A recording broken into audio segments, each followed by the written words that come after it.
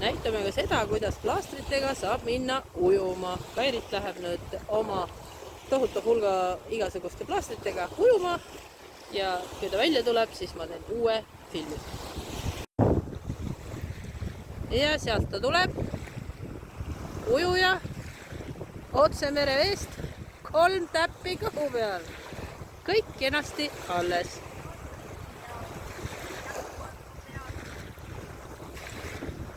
Nii et, mis siis muud kui plaastrid peale. Plaastritega rannas sari jätkub. Täna näitame teile veel ühte vahvat asja, et plaastritest ei jää päevitades mitte ühtegi jälgi. Nagu te näete, Kairitil on kenasti ilus kolmik kõhu peal ja pärast me näitame teile pärast päevitamist, kuidas tegelikult ei jää mitte ühtegi valget rõngast nende alla.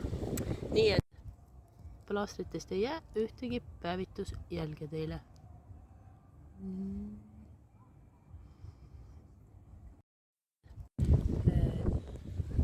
Tere jälle Plaastrid peale kanalile. Tahtsin teile öelda, et kui teile meie videod meeldivad, palun laikige. Kui teile meie kanal tundub huvitav, palun tellige see endale.